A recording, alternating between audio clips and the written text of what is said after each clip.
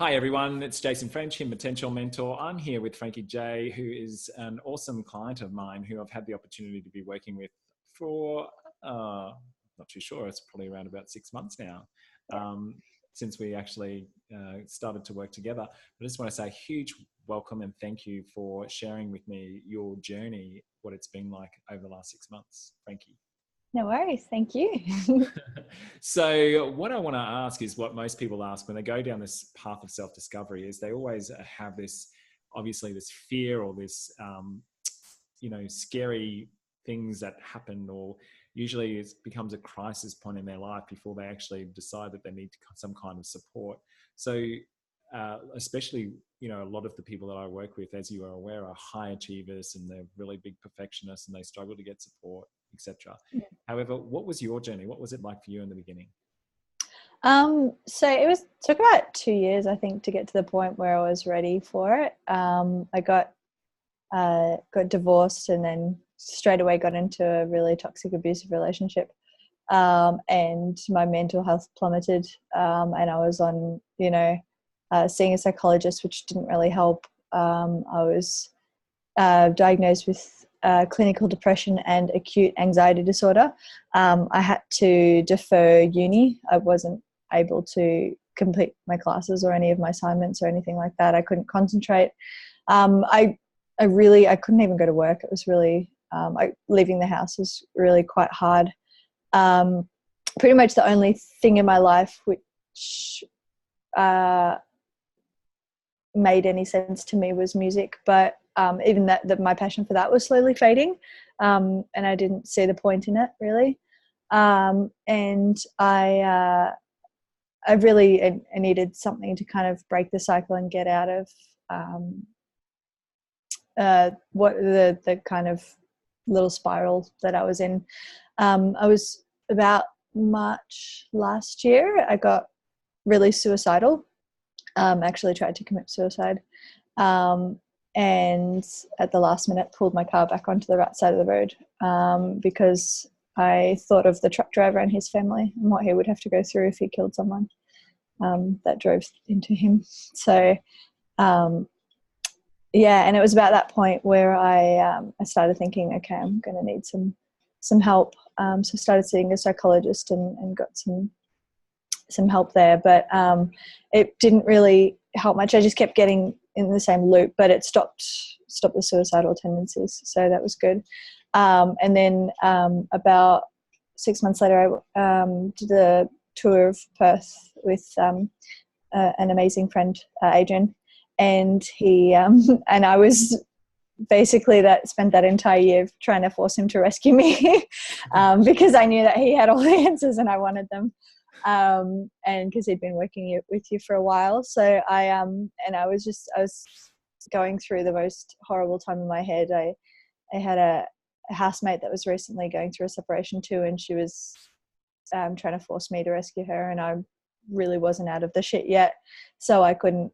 My mental health was going down, down, down, down, down. And I said to him, like, what's the secret? Like, why are you so happy? What's going on in your head? And he's like, you have to do this. You have to do this workshop, this 3-day event. And the thing that really cemented it for me was he was describing it. I remember we just finished a gig and we're having a couple of wines to celebrate. And he was saying that when you're a rescuer, there's people that are just down here and you're trying to claw your way up to get up here. But if you're forever going down to the depths to rescue someone, they're always pulling you down, and you think you're going to come back up, but you get pulled down every time. What you need to do is get up to this level and send a rope down, rather than, risking your own mental health to rescue everyone else. So, that was the thing where I was just like, plus he had a lot of answers to a lot of questions I had in my head. That was the thing that made me go, okay, I'm going to this workshop. And I think by the time February rocked around, I was actually in my head, I just said, this is it. This is the last thing I am going to try, because I've tried everything else and it's failed. And it was pretty much my last chance, because I just didn't see a future beyond February if that wasn't going to help, you know. Absolutely. And I think that's really amazing that you've shared that. Like it's so true. It's when we're trying to, it's what you're saying there is in the rescuer that a lot of people go into that archetype of trying to help others, but they can't help themselves. Yeah. They actually cause more damage than what they do good. And Yeah. like you said, you can't help someone unless you've helped yourself first. So I think that's a great wisdom on his part. Yeah. And not only was I affecting my own mental health by rescuing her, I was actually stopping her from being able to do anything for herself or being able to take care of herself, because I literally cooked for her and cleaned and just basically became her mum, and she just was not able to take any self-responsibility at all. You know, and I wasn't doing her any favors. I was actually holding her back. So beautiful. Yeah, because when we're rescuing someone, as you know, since the work that you've done, we're actually taking away somebody else's power. Yeah. But what you've been done is actually been given like shown a way, as far as rather than told what to do, it's more asking you the questions to find out. And then if you wanted to know more, here's a tool that could actually help you. And I think that's really amazing that you share that story, because a lot of people fall into that trap, as always, to think they have to give the person the answer rather than the answer is do the work, you know, Yeah. And yeah, what was you're going to say? That was the amazing gift that Adrian gave me. Is he didn't rescue me. He let me come. He gave me the tool to get myself out. It was just like, here's the information. You need to go and do the work yourself. Fantastic. So as you went down that path, like, and obviously a lot of people, when it comes up to an event, workshop, etc., there's a lot of stuff that comes up for you. And then they get scared. And I've had so many people over the time that have got to, yes, I'm going to do this. But when it comes closer to the event, they freak out, and because they're control freaks and they want to know exactly what's going to happen in there. Did you go through that yourself going up to the event? Yeah. So I didn't know anything about the weekend at all. Adrian didn't give me any information.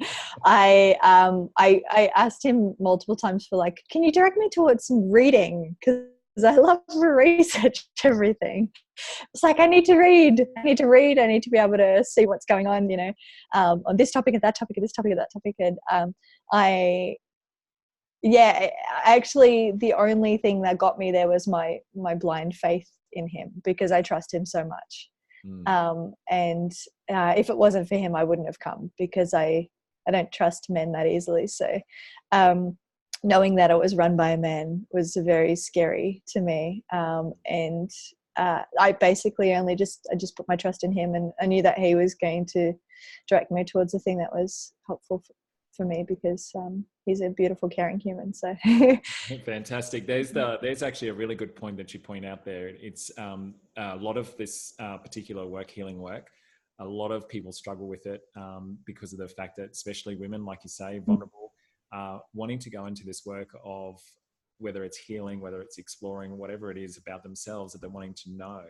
And because it's a male facilitator, they feel like it's going to not work for them. They're going to have their trust abused. They're going to have all this sort of stuff done. Did you experience that? So leading up to the event, I was actually quite apprehensive about that. But as soon as I got there, I think because you're the perfect blend of masculine and feminine, you're not sitting in distorted masculine like most men are. It really put my mind at ease. Like, I think the reason I'm so comfortable around Adrian and now you is because you come from that equal balance. Whereas because I was abused by someone that came from very distorted masculine when I was a teenager, I have a problem trusting manly men, or even going near manly men. So if there's one in a room, I won't go near him and I won't talk to him. So I was actually a bit scared leading up to it because of that. But as soon as I met you, I was just like, there's nothing to worry about here. Well, that's a relief. So going through the actual 3 days, what was the big thing for you? What was your light bulb, or what was your moment of breakthrough that you just went, oh my goodness? What was your realization in that? It was day 2. Like day 1, I kept going, when's something going to happen? When's something going to happen? When's something going to happen? And I know there was a point at the end of day 2 where, because I I'm not, what's the word? I'm Italian, so I do have a temper, but I don't, I don't let it come out often because I'm always scared of what people think. I don't, in public, I won't let it come out because I'm just so scared of being judged for it. And I think the end of the first day was when it finally came out, and I was allowed the space to kind of let all the anger and frustration of what had happened to me when I was a teenager and as a young adult come out, and I was finally able to express it. I felt like this knot kind of release, and I kind of felt I felt really gross after it. I needed a shower. Yeah. But I think that was the turning point. And then the second day, I think it was something that Lisa Nichols said in a video that really triggered me. It was, it's like, as long as you've got that spark inside you, it's not over yet, and you've still got heaps to go. And that was one thing that really, really triggered me, and I just broke down crying straight away because my whole thing was that because I got married so young and divorced so young and everything like that, I feel like I've missed out on a good 10 years of my life. Whereas, and I just thought, I'm too old to start a new career. I'm too old to try and find another relationship. I thought I was going to be alone forever, you know? Yeah. You know, I was too old to learn new habits. So how old are you? I'm 29 now. I'm 30 in a couple months. Yeah. But now I through that video really triggered me, and it was just an amazing thing. My heart just opened up, and I now know that those 10 years that I basically feel like I was myself until about 18, and then I kind of disappeared and came back at 27. I'll probably about 16 or 17. And then I came back at 27, and I just, I feel like that now I know I had to learn that to get over my shit. I would never have been able to be the person I am today without learning that. I'd probably still be married with 2 mortgages and 2 cars and a life that I hated and a full-time job, and you know. So obviously in that, when you said that spark that Lisa Nichols from the video actually pulled out in you as such, what actually then came from that? Obviously through the workshop there was obviously not just there was obviously a whole journey for you to get to that place that there is a spark. So what opened up for you that you found your spark?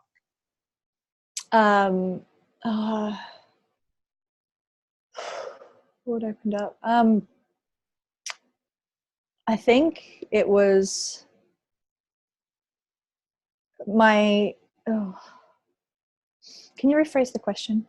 Yeah, like, as far as like you said that on day 2 you were able to release the anger. On day 2 you were told that there basically through that video that you had the like always being able to find your spark. While you've got a spark, you've got so much to live for as such. Yeah. So obviously from there, what did you ignite from that spark? What was the spark that actually came through to you? Obviously there was obviously other processes that you went through. So what was it that really pulled out for you?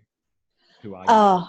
It basically pulled out who I want to be, or who I've always thought I would be. I've always thought that I was meant for something greater than mediocrity. I always thought that I had something inside of me that was better than ordinary, and that I really wanted to share that with the world. But basically all I had given the world up until that point was self-indulgent crap, and I had been wallowing in self-pity, and I had blamed everyone else for everything in my life, except it wasn't everybody else's fault. It was my fault, and I needed to start taking responsibility. And that was the thing that I realized, that once I started taking self-responsibility and owning my true power, my authentic self, then I had something worth sharing with the world. Yeah. Yeah. And I love where you just said that about, you know, seeing that it was actually my fault, and it's not necessarily, when we say it's not our fault, it's our responsibility in regards to more of the how we Yeah. handle our Yeah. journey back, you know, when it 100%. occurs. Yeah. That's not Yeah. Well, necessarily our fault. yeah. It's more the That's what is actually our responsibility is what yeah. we do with it. Yeah, exactly. Well, what I learned was actually it's not your fault what other people do to you, but you need to take responsibility for how that affects every choice. Like, I noticed that the abuse when I was 15, that had affected every decision, every subconscious thought, every action, every behavior that I'd ever exhibited, even to the point that I got married really young to a much older man, and to someone that controlled and belittled me. That all of that came back from my trauma. Like, it was all, you know, it was all affected. It was all this one big cycle. But when I realized that, you know, you can't control what other people do to you, but you can control how you react to that, and what you hold on to and what you let go of, and how you deal with it. And you can control how you take responsibility for your actions, and you need to deal with your shit and get on with your life, you know. Yeah, it's so true. And I was able to do that through the workshop, and and I realized that, you know, blaming everybody else for my choices was not really how I was gonna be happy, you know. Yeah, so I think that's actually really powerful what you're saying. So just so that I'm clear, is that you, like you're saying, is that you saw the choices that you made throughout your life was not necessarily a conscious choice of what you were making. It was actually wound driven. And so when you were wound driven, you weren't really congruent with who you were as a person. And so that was actually causing you a lot of disharmony or conflict, or putting you in that cycle of depression, or feeling like you want to give up on life because you're just not being who you actually thought you are. And but the world kept on showing you that, kept on throwing this stuff back at you, and you're like, this can't be like who I am. This is not who I am. And it's like you're fighting with this, what the external world's saying to the internal world. But really, when it comes down to it, as you know, is that place of when we can find that in us, like you said, your authenticity or your authentic power. You learn that you can shift that on your external world. So after the event, did that shift? When you found that, has that shifted a lot for you on your external world? Oh, 100%. I remember, I think, waking up during the year I turned 26, 27, and looking around going, this is not me. I'm a minimalist. I don't like extravagance. I've never been one for material possessions. I'm just, what is this? Like, why I don't feel happy. I don't feel fulfilled in this traditional lifestyle. I've never been a traditionalist. What did I get married for? You know? And then, through the workshop, I was just like, you know, using that discontent. So that discontent happened for about 2 or 3 years, and it made me so unhappy. And then through the 3-day live event, I was able to go transform like discontent into action, and start taking, you know, steps towards being a more authentic version of myself. I knew that I quit my full-time job to pursue music. I knew that was the step I had to take. But as soon as I quit, nothing happened. You know, I sat in my little depression bubble. I couldn't get out of bed for weeks. I was constantly unhappy, and I wasn't pursuing anything I really wanted to. The things that have started happening for me in that regards, the things that I've always wanted in my life, and starting to pursue the things and living my life towards a direction that is going to make me happy has only started since the event. I've only been able to move towards that direction, and I think it was a lot of self-sabotaging behaviors, but also it was a lot to do around worthiness, because I never really thought that I was worthy enough to put my own music out there, or put my voice out there, or be seen, heard, and acknowledged, because I always minimized myself, because I didn't really feel like I was worth anything, unless I was, you know, given the attention of other people. I was always that person that had to be surrounded by other people and be given attention all the time, because I craved some validation externally. But now I'm able to create this happiness and this validation within myself, and I don't need to be around people. I actually really like being alone now and just sitting at my keyboard having a little practice just by myself. I don't need to be surrounded by heaps of people anymore. That's amazing. I think that's, from that needy little girl that needed all that love and attention to that now that authentic. And I think this is one that is really, really powerful for you, because a lot of people in the music industry also struggle with this, because all performing arts is because what they're playing with really is their alter ego, aren't they? Yeah. So for you, it's like in this place of actually, no, I'm just going to play from my soul. It's my soul expression that's going to perform. It's not anything else but that for you. So yeah. I think that's actually really amazing on your behalf, because in your music, that's definitely going to come out and shine out a lot more than what it was beforehand. Yeah. And songs that really resonate with me, especially because I do a lot of covers and have started to write my own stuff. I really believe that songs need to tell a story. I mean, just rapping about bitches, hoes and money, it's not, no, that's not a song. That's not music. I really, really think, don't get me wrong, I do enjoy a bit of hip hop and rap, but I feel like you need to tell a story, you need to express something. And if you're not going to express anything worthwhile or anything authentic from your soul, there's no point writing. And there's no point playing. So unless you're going to put your entire soul into everything you're performing, there's no point doing it. And I wasn't doing that before, which is probably why I had such a huge problem performing in front of people, and such a this need to hide behind my keyboard at the back of a band where no one could see me. But now I've no longer, or in a teaching studio behind my students where no one could see me. So now I've got no problem sitting in front of a crowd of people. Wow, that's amazing. Showing them my soul. Let's look at now the particular thing where you talked about anxiety. You talked about you were under a psychologist. You talked about all those different other support things that you had to get you into, obviously, the place where you were ready to transition into transformation. What are you still doing that? Like, what's, as far as like, how's the anxiety? Where is it that you at with your mental health as such now?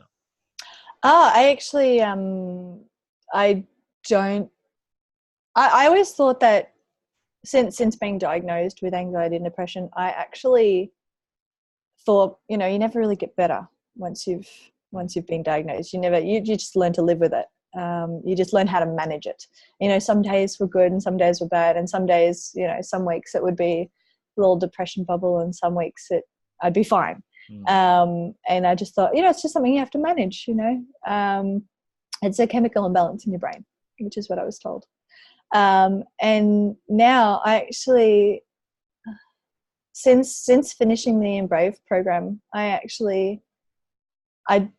have not had a little depression bubble moment at all. I don't get anxiety anymore. I kid you not, I couldn't leave the house at one point. It was too hard. Couldn't put on makeup, couldn't dress up nice, couldn't go out. It was, and I was steadily, gaining weight. And since February, I have lost, I think this year I've lost like 5 kilos in itself, 24 kilos overall. But literally just since the workshop, I've lost at least 5. And I'm feeling so fit and healthy. I go to the gym every day. I eat really healthy. I look after myself. I meditate, I do yoga. I do a lot of like self healing stuff. I'm just I'm not that anxious wreck that I used to be. And I was always, go, oh, don't do that. It will make me, I've got to retreat to my parents' house and sit in my little room and isolate myself from the world because I was so fragile. But now I can see that in other people, and it's not me that's doing it. So that leads to a good question. To Mhm. those people that you see, obviously, that are sitting on the edge, they're wanting where you've been on that place of where it is that you, and it may not be even on the edge of high anxiety, because there's a lot of people that don't even realize they have anxiety. Yeah. A lot of people that don't even realize they have depression. They think it's actually normal having this heaviness, darkness, trying to battle on a consistent basis where like you said, you get fatigued and Mm. you want to isolate yourself, but then you have to keep on showing up and it becomes this cycle where you just want to give up. So in what would be like your support to them in regards to that? Not what could they do? What should they do? Oh, We can't say what they should do because it's actually yeah, giving them the answer, but what would be something that you could at least step in and yeah. I'd say the biggest thing with anxiety is just stop trying to control the future. You can't.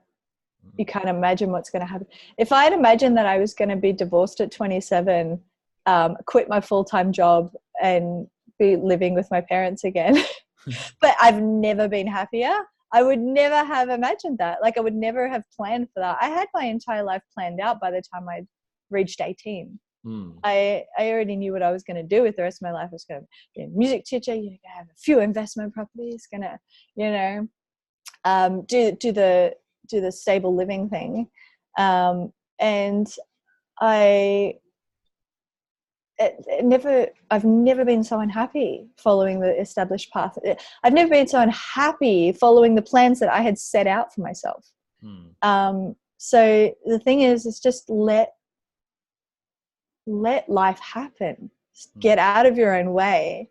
Stop trying to control everything and everyone around you, and just to make yourself feel comfortable in this, you know, in some weird, twisted way.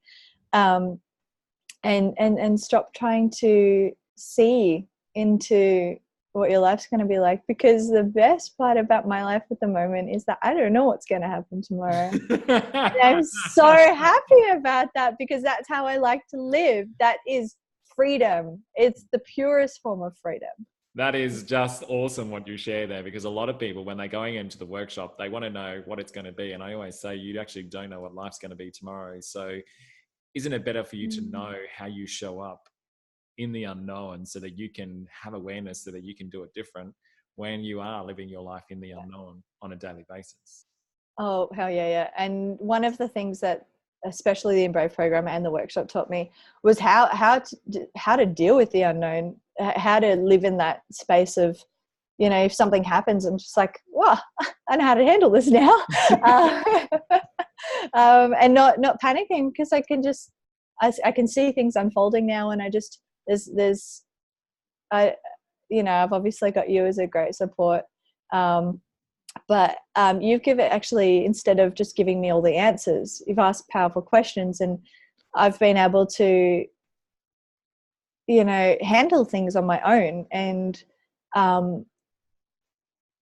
you know, deal with situations that I never thought I would have been, you know, possible. Like my goals for the Embrave program were at the start to be able to, when something or someone triggers me, or, you know, tries to bait me into losing my cool, I want to be able to handle that without losing my temper, without getting frustrated. And I found that more and more these days, I'm able to catch myself. You know, it might take a little while, a couple hours or whatever, a few weeks, but I'm actually able to catch myself and go, you know what? What's that really about? Where does that really come from? And why is it triggering me? And the answer is always coming back to something inside me. It's not, you know, it's not the other person's problem. It's something I need to fix. And life is just so much easier. I don't have I don't have those sleepless nights where I'm lying awake all night because of something that I thought, oh no, they'll hate me for it. Yeah. Or, you know, I don't panic in situations anymore, and I just look at other people panicking and go. It's actually really funny you should say that, because a lot of feedback I get from different clients and their external environment, like family, extended family, etc., is that they're like walking monks, because they're not running around in their chaos and their fears, and trying to strategize their life personally and professionally. And they're just living their life in this moment for who they really are and what they really stand for. And obviously, as you know, that's the 4-step method that I take people through, is getting them out of their head into their heart, finding deeper meaning and giving back to the world. And I think it's amazing hearing what you've shared in your interview here with me today is about you getting out of your head, getting into your heart, finding what really is important to you, that deeper meaning part of you, which obviously is to be able to express who you are from your soul, and now giving back that to the world, which obviously you're wanting to do through your music, etc. And I think that's a huge credit to someone that has wanted to, at that point where they didn't want to actually do this life anymore because it was too hard. It was not being who they were, who they wanted to be. It was all basically being everything else but. And for you to have the courage to step in and actually find that inner spark again, to be able to ignite it even greater, so that no one can dim it, because you only keep on growing it and evolving it and unfolding it, just exactly what you said before. And from that, all it does is helps other people to step into that themselves, because especially the people in your environment that have seen you in that place and now see you now, what's the common thing that you get back? Oh, like so many of my closest friends and family have noticed the most amazing difference. Even down to the point where they now ring me and ask me for advice because they see me handle situations and they see how calm and how much happier I am actually. Because there was a point, my brother is a beautiful human. I was going to make me cry. There was a point, like I think mid last year, he says, "Frankie, your light's gone out." And I've always been the person that loves to chase the light. You know, I've always been the happy, the person that likes to chase the joy. And there was a point where it had gone out, and now it's back. And my friends and family can all say that, and they just want to know what the secret is. So in saying that, what is the secret? What would be your message? Follow the joy. There was a point, I think a little bit after the workshop, made a list of everything that makes me happy and everything that makes me unhappy. And one by one, I started ticking off the things that make me happy and crossing off the things that make me unhappy, down to the point where I don't think I just have one thing left on my list of unhappy things. And the rest, I started ticking them off, and, you know, day by day, I just started moving towards self-love and happiness and away from misery. And it was just the most amazing thing. So you're so incredible. Follow the joy. Yeah, follow the joy. That's an awesome message. So I just want to say a massive thank you for your courage and sharing. I just love the fact that you even went to that place of vulnerability as well, and sharing what it is like when there's someone that you love dearly can say to you, like, you know, the light is being knocked out of you. Where are you, kind of thing. And you absolutely have been able to reignite that and find it on a much deeper level that no one can put out, like I said before, that light in you. So keep shining. Thank you so much, number one, for choosing me as a mentor in that journey of being able to support you through that and giving you the tools to be able to find this within you, which I think is really, really important. And as much as, like you said before, I gave you the answers, if anything, I actually clarified when you got the answer. Is that what it is? And I love it when you just say that, you still do. There's something here, and I think it's this. And I'm like, all right, so if you were to trust it, what would that be like? And it's like, oh, it's what it is. So I'm just like, well, there you go. It's not a case of I don't know. It's more a case of, can I trust myself again? And I think one of the biggest struggles that a lot of men and women today have is that whether or not they can trust themselves, because we haven't been given tools when we grew up, you know, from our parents, because they weren't given tools on how to actually develop us. And, you know, there's so many of us that are so different in the way that we come into this world and learn and grow. And the more that we learn what is our authentic tool in regards to how do we learn and grow and develop, then that's when we can actually make a difference and be more authentic in who we are. So just massive credit to the work that you've done, and I look forward to sharing obviously more, because we got a lot longer to go with each other on this. So I look forward to sharing what continued to unfold. And as always, the thing that I love about is where we talked about contributing back. I'm so glad and excited that you're going to be on the crew as well, to be able to support and give back to those incredible other humans that take that step into their courage and find their deeper meaning, so that they can give back to the world from a place of authenticity as opposed from their conditioning. As you say, is what is the key to your freedom. Yeah, 100%. And there's no better feeling than knowing that in my authentic self, I'm able to finally give back to the world.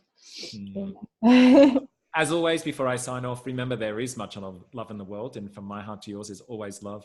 And that also goes always for you, Frankie. So take care, and thanks again for your time tonight. Thank you so much.